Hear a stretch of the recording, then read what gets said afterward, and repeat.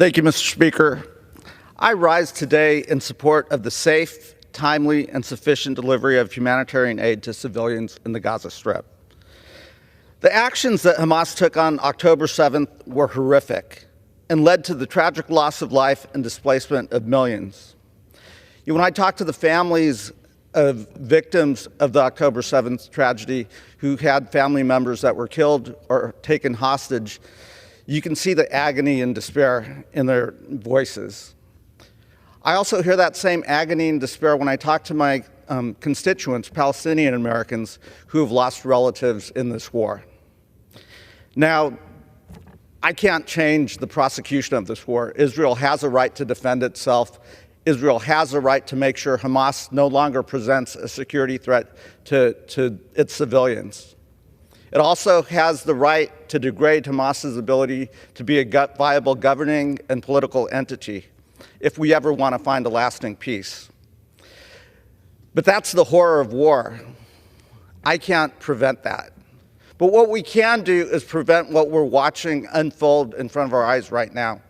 I'm a doctor, and I'm hearing horrific reports of the humanitarian and public health crisis that's taking place, the lack of clean water, the lack of food, the starvation that is unfolding in front of us. Winter is coming.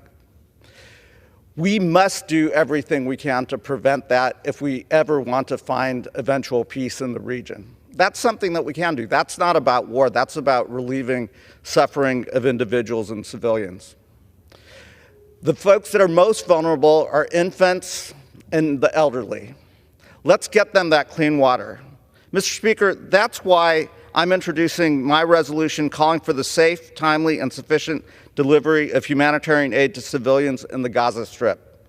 This resolution urges the Biden administration to facilitate a scale-up of the safe and continuous flow of aid to civilians. That includes medications, that includes food, that includes clean water. It asks for the ability of humanitarian organizations to deliver this aid in Gaza without impediment or interference. It encourages the distribution of fuel to humanitarian organizations working in Gaza and for the proper oversight to ensure the aid is appropriately delivered and not commandeered by Hamas. Mr. Speaker, I also want to recognize the urgency of passing President Biden's supplemental funding because it does contain funding for humanitarian aid. We've got to get this done. We must do everything we can to pass this funding request to support our allies and prevent this humanitarian catastrophe in Gaza. Mr. Speaker, in this time when many religions and faiths are reflective, let's do everything we can. We're all God's children here.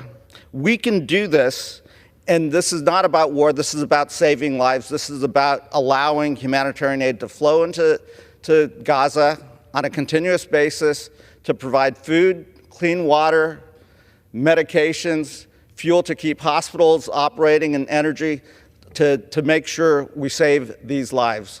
Mr. Speaker, in peace and with blessings, I yield back.